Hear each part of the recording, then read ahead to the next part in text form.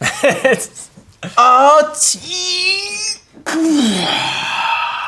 morning from our studio here in Brooklyn, New York. I'm your host, Kalani Hepburn. I'm your host, PIKACHU. And this is Good Magical Morning. We're right here on Pure Magic Pictures. With coffee slinging, Hot news bringing, punk rock singing, poppin' hot news. That's right, it's a show we scour the internet to give you noteworthy news to keep you in the know. And make your day just a little more magical. Here's what's happening in the world this week. Let's get to it. Well said, King. Let's do it.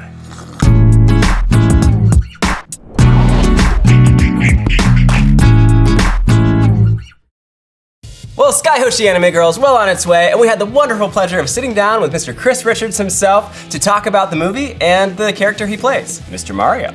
Woo! And on that note, I actually have to use the bathroom. I'll be right back. I'll see you on the other side. Yeah. We are here with the wonderful Chris Richards, who plays Mr. Mario in Skyhoshi Anime Girl. Thank you for coming on the show. Thank you for having me, Kalani. Glad to be here. What is Skyhoshi? What's the movie about? And what does your character do in the movie? Skyhoshi is about an anime girl who comes to life for length of time and enters our world, and then I believe returns home. I haven't seen it. Isn't it? Maybe I stopped reading the script. Oh my god! Did you only read the scenes you're in? I'm bombing this interview. You've only read the scenes you're in? Apparently, all I did was read the scenes I was in. I forget what happens to her, but that's part of it. That's most of it. Yeah. He's on the edge of his seat. Yeah. He's just waiting. He's waiting to find out what happens. Yeah. Honestly, though, it'd be great to find out. Who is your character? Mr. Mario are the parts I read. So that's the guy that I play. Mr. Mario is a no-nonsense comic book shop owner. But I think deep down he has a heart of gold. You had mentioned on one of the podcasts, I think described him as like a Mr. Krabs kind of thing, which I thought was so funny. I think that's pretty accurate. So he's like this Mr. Krabsy. I think he's lost his sense of magic, which I think is such an interesting kind of, counter point of view within this world that's so full of magic kind of thing. Right. So tell me a little bit about your experience filming. Sure. Well, first of all, I love being on set, so that's always like my happy place. So thanks to you and Stephanie and the whole team and everybody for putting it together and providing the opportunity. It's just like I'd rather be there than I think most anywhere else. So like it's always magic and fun. Yeah, right. Yeah. Like it's like you're doing what you love. Yeah. You're in the element, in the zone. The literal day of being in the comic book store, though, I think I had an allergic reaction to something. Do you remember this? I do. Yeah, and so the start of the day, top of the day was fine and great, but then I don't know if it was something dusty or if there's somebody had a cat or something, but about noon onwards, I just felt like I was this non-functioning human. I can't breathe. Like that's what's going on. It's okay, I just can't breathe. Right, yeah. Besides not being able to take in oxygen, I'm doing just fine, Good. There is a moment in the movie that is so funny that I kept, it's you sniffing and like going like this. Because and it like made it so much better. You're Some like, of my best work. Remind me to get better insurance, okay? A lot of collectibles in here. Good money. Yes. It really made that scene better, actually. So hey, great, worked out. Great, I'm glad. But I mean that was sort of the literal experience, and then just sort of metaphorically, you're in your happy zone, so it doesn't matter if set is like, a street corner and it's snowing or you're, but I'm curious to hear from like your perspective. Just I don't know, being in the comic book shop, was that a favorite or was I think the comic book shop was definitely one of my favorite places because. There's something magical about being in a real space, it's very like well-worn, everything has a purpose. Although it was nice to have working light switches. non-prop light switches. Yeah. We have some good clips of you flipping the light switch. Nothing happening. It's like falling off the wall. Yeah, literally dropping. Yeah. You made me broke my shop!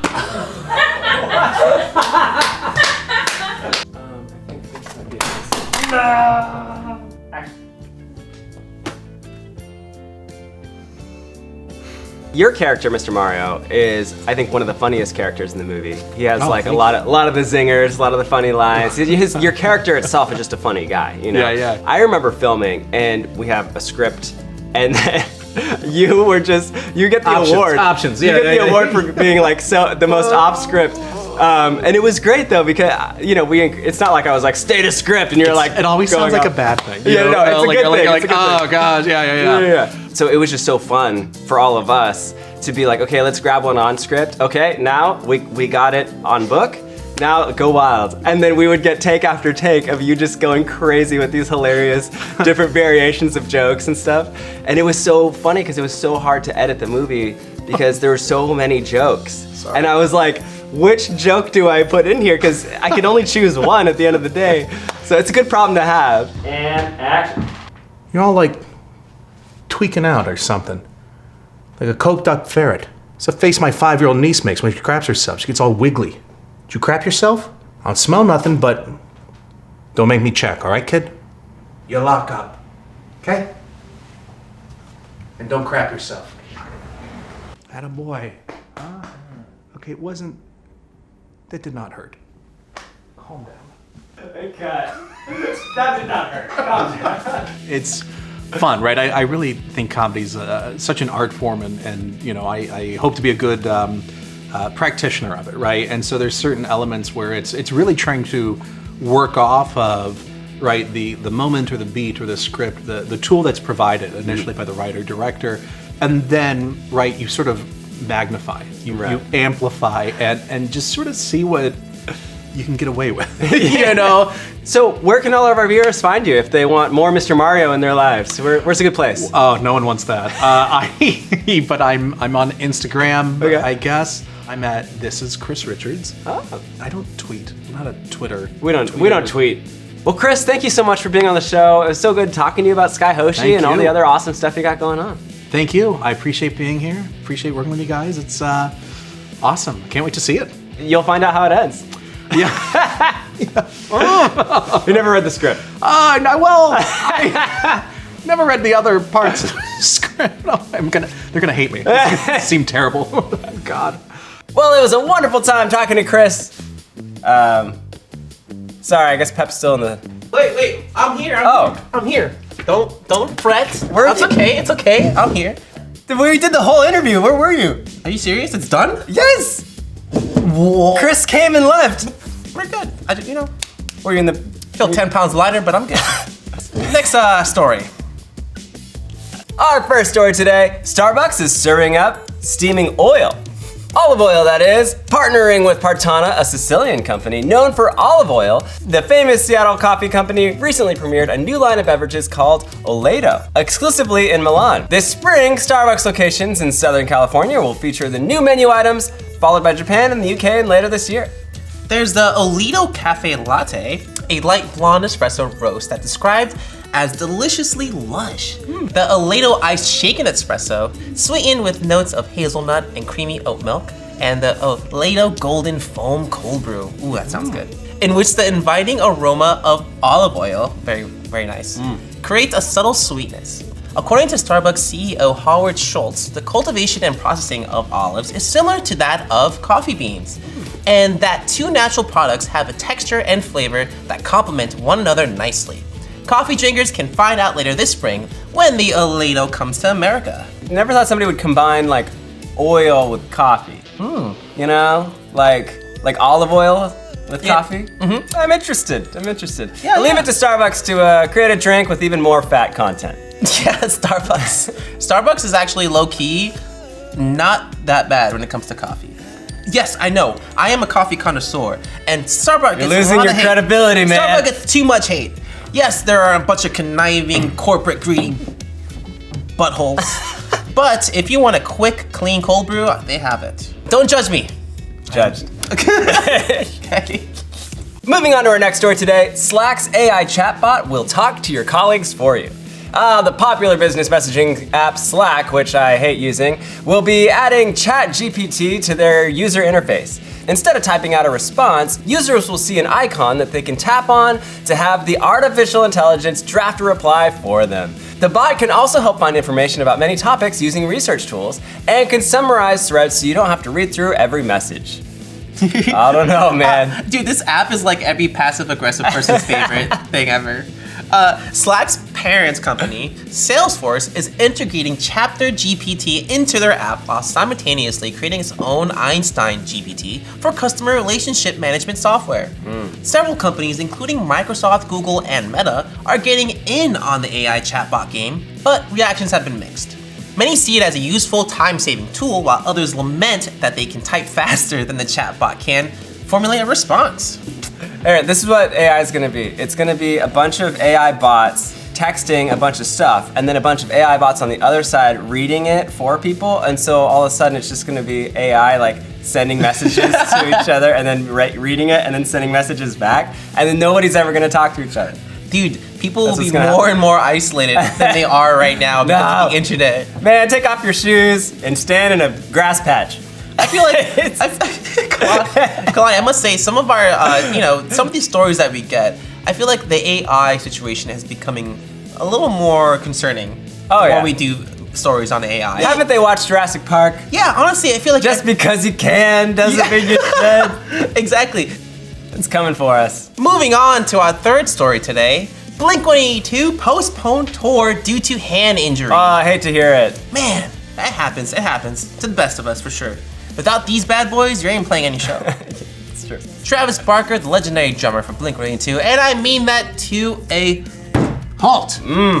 Apparently, Travis Barker dislocated and tore the ligaments on one of his fingers. Oof. Just one finger? Dang.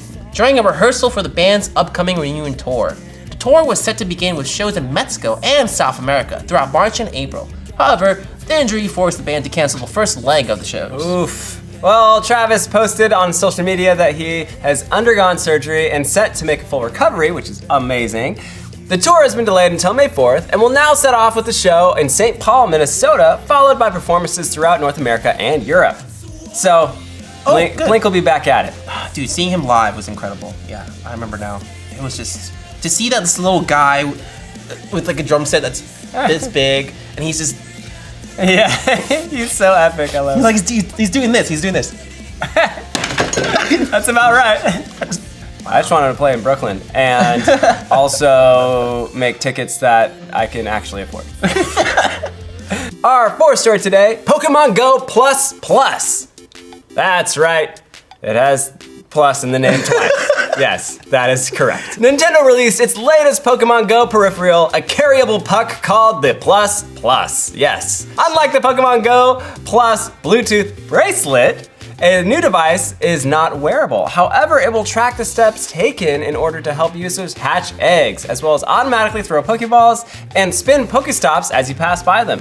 The Plus will also unlock a special research storyline, allowing players to catch a unique Snorlax. Plus, there's more. Poke fans will also be able to use the Poke Plus as a sleep tracker. The accessory is built with an accelerometer and links with the Pokemon Sleep app, which is launching this summer, to monitor sleep habits. Not only will it track your sleep, it will also help you get there and back. There is a built-in alarm and speaker that lets the device sing you to sleep and scream you awake. Scream you awake. Yeah, this honestly, out of all the stuff that Pokemon has announced, this is probably the thing I'm most interested in. Because it's a random thing. It's so random. Why a sleep app? Dude, it should have like the Jigglypuff song. Ooh. When it like tells you to go to sleep. And then I don't know what it would wake you up with, but it could be like a PIKACHU. Our fifth story today. A sequel has been announced for Detective Pikachu. No release date has been given yet. However, Legendary Entertainment is in negotiations with Jonathan Kriesel, the co-creator of Portlandia, to potentially direct the second film in the franchise, as well as Chris Galetta, writer of the 2013 film The Kings of Summer. Nice. Well, I'm looking forward to Detective Pikachu 2. Sounds pretty epic. It has not yet been confirmed whether Ryan Reynolds will be returning to perform the voice of Poke Detective, but you know, it would be hard to do that without Ryan Reynolds at this point. But without revealing any spoilers, let's just say the ending of the first movie would make that a considerable challenge. It's unlikely that the new film will come out before 2024. However, we still have a lot of Pokemon to look forward to in the coming year. Netflix has announced a stop-motion anime called Pokemon Concierge, coming out in 2023, as well as plans to develop a live-action series that takes place in the same world as Detective Pikachu. So, That's pretty right. Cool. Lots of good Pokemon news today. Yes, sir. As a Pokemon fan, we are eating good. Yes.